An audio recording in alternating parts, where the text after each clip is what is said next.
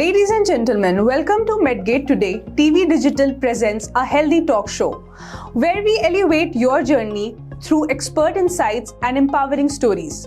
Here leaders speak and industry listens. Today we have a very special guest with us, Dr. Shams Iqbal, who is an interventional radiologist in Massachusetts General Hospital, which is a primary hospital at Massachusetts. It's an honor to have Dr. Shams with us. Thank you, sir, for coming here and sharing your valuable time with us. Thank you for having me. Appreciate it. To begin with, could you share a bit about your journey as an interventional radiologist and your experiences working in the US system?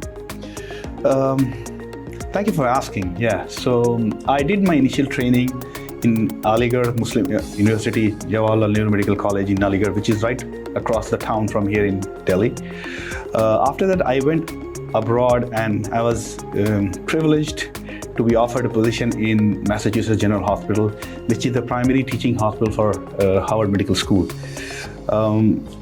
After my initial training, I was looking at what should I do, because I had always a feeling that I wanted to do something with my hand. And as you know, like radiology is a very cerebral branch, which is like very, you can never see a human being. You can just go into a dark space and do your thing and go out. However, it did not suited my personality. I am a little bit of outgoing kind of person, and I want to see people do things, interact with people and touch them deeply. And luckily, I found the super specialization of IR, which is interventional radiology, which in a sense is an offshoot of diagnostic, where we use imaging guidance to do cutting-edge surgical procedures with minimally invasion. My biggest incision is 5 millimeter. I don't make any more incision than that. However, if you look at the latest studies, I can treat cancer with the same efficacy and yield as opposed to open surgery. So we are the cutting edge of the field, and I was really blessed to find a spot in one of the best systems in the world. And here I am. I love my field, and this is what I do for a living.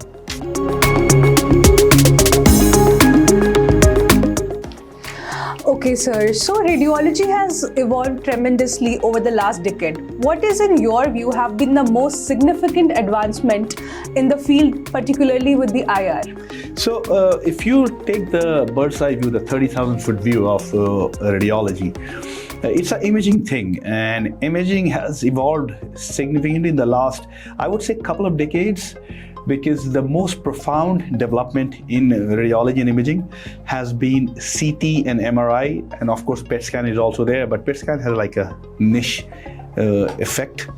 The CT and MRI is like extremely common. Every other person has got it for some reason or the other.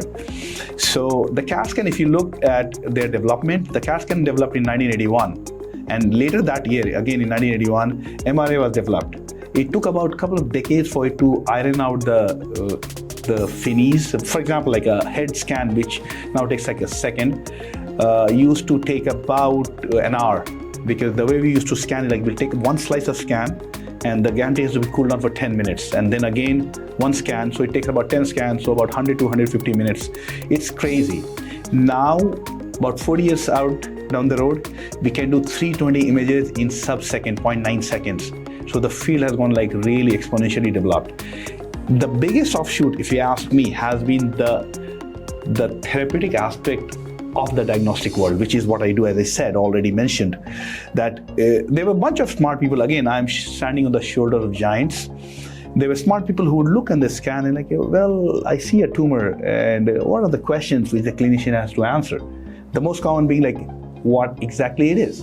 It's very hard for a diagnostician with imaging experience to say what exactly the pathology, and pathology is the king. You need to say, like, okay, there's a lesion in the liver. Is it a primary lesion, which is a liver cancer by itself? Or is it a secondary, which is a tumor from somewhere else coming into the liver? Which kind? There could be any number of primary which can lead to a liver secondary. So we started looking for tissue, and it used to be a surgical sampling before, and like 30 years ago, roughly, not too long ago. So we started using imaging guidance, taking a small hollow needle. Through the hollow needle, we'll take a bunch of tissue, and we can get the diagnosis and staging. That was like groundbreaking. And then like there were more smarter people. They're like, okay, since I'm already there, why can't I treat it? We started doing ablation. I'm just giving you one example of how one of the things which I do. We roughly do about 100 different kind of surgeries. So this is just one kind. They say like, why, if we are already there, why can't we treat it? Instead of surgery opening everything and chopping the organs part off, we develop new needles where we'll put in the needle, we can freeze from inside out, we can burn it from inside out, and the control was the real deal. Once we had the control, now we ablate tumors and the patient goes home in 2 hours. And we have the same treatment effect, which is efficacy in scientific terms, with low hit to the patient. That's the new way to go.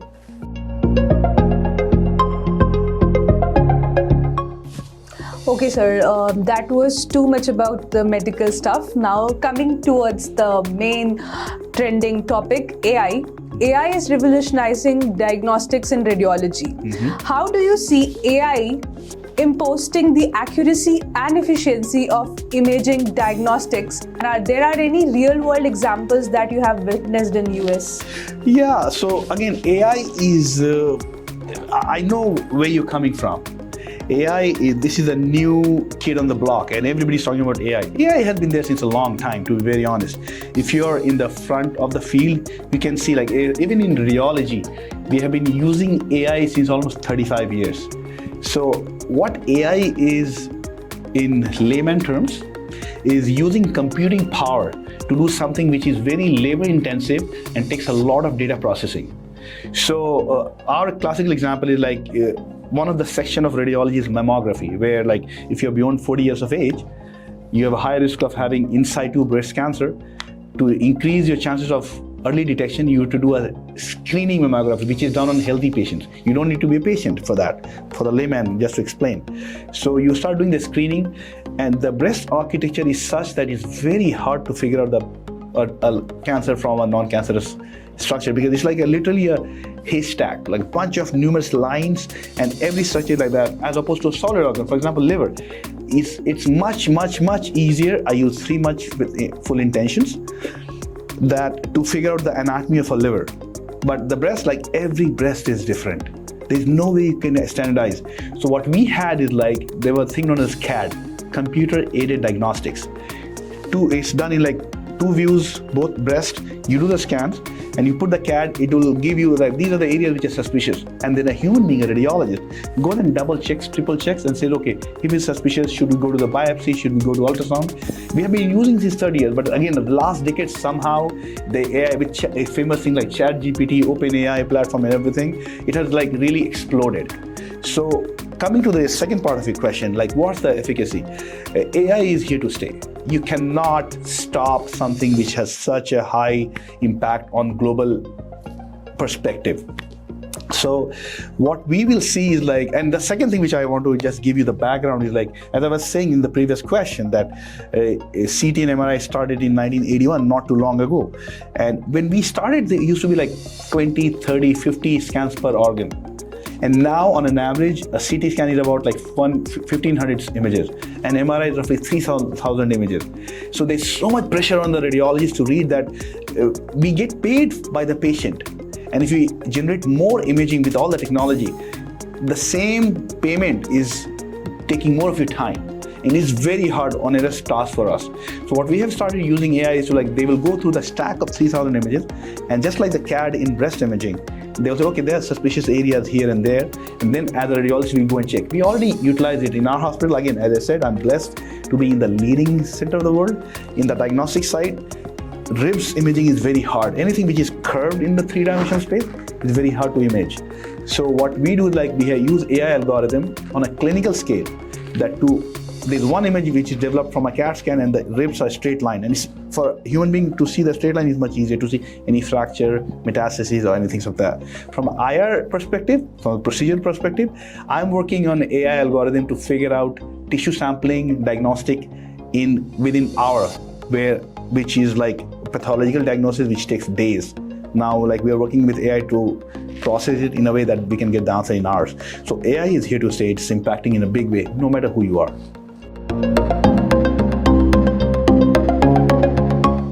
Thank you, Dr. Shams, for sharing your valuable insights.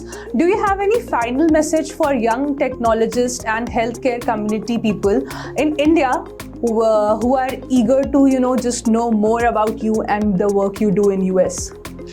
I think you pose a rather personal question. I would say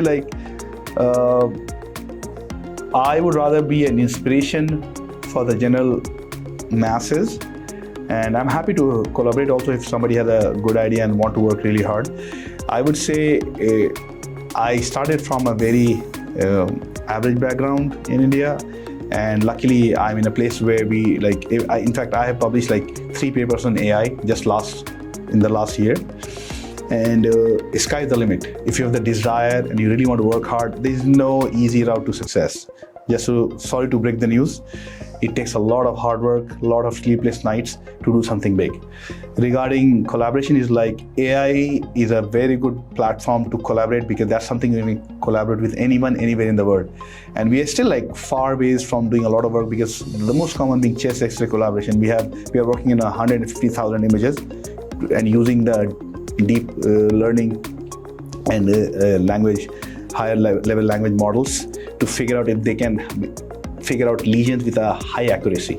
So all these things takes a lot of brain power, and we're always happy to work together and help, and we can develop new algorithms and work on that. So clinically, again, we can do miracles if we work together. Okay, sir. So as you told us that you have done 3 research papers recently. Mm-hmm. So what is your vision for the future? Yeah, so basically what I mentioned was we had 3 papers based on IR with artificial AI collaboration. Again, we have published more than that, to be honest. What we did was we do a procedure known as TIPS, where people who have chronic liver disease, the blood which flows through the liver gets obstructed and it bypasses the liver and goes through different routes. And one of the abnormal route is the lower esophagus, and these patients tend to bleed, and they bleed like crazy. They bleed through the mouth, and they pour if you see it's a gory scene. I don't wish on anyone, but we see it on a regular basis. So it used to be a surgical procedure, open surgery, which had high mortality. Our field, as I said, we minimize every surgical procedure in a minimally invasive way. So we have a way by which we can go from the neck and open a different tract inside the liver, known as TIPS, transjugular intrahepatic portosystemic shunt. So it has life-saving capability, but it's very hard to prove that. So one of the famous paper which has become very famous of late is we used artificial intelligence to figure out the characteristics of the patients who had a better outcome versus those who did not. And we are using these algorithms in the patient chart to see, we can say in a prognostic manner, which is before doing the procedure, that how this patient will do. Will this patient do better, or will this patient not do better? And that's a huge benefit, huge jump, because if I have to do that, I have to spend a long time going through the chart for hours and to figure out how best the patient will do, and the AI can do it in within seconds. So these are the ways by which we can use AI to progress the field. And we are working on a lot of things. Diagnostic side, again, is the diagnostic side, the goal is to ease the work on the radiologist. However, probably if we go that way, we might decrease the number of radiologists needed. So that's the human part. I don't think I should be delving much on that, but there's always a risk. But on the beneficial part is AI will come and decrease our workload significantly so that we can do more things which matters to us and help the patient.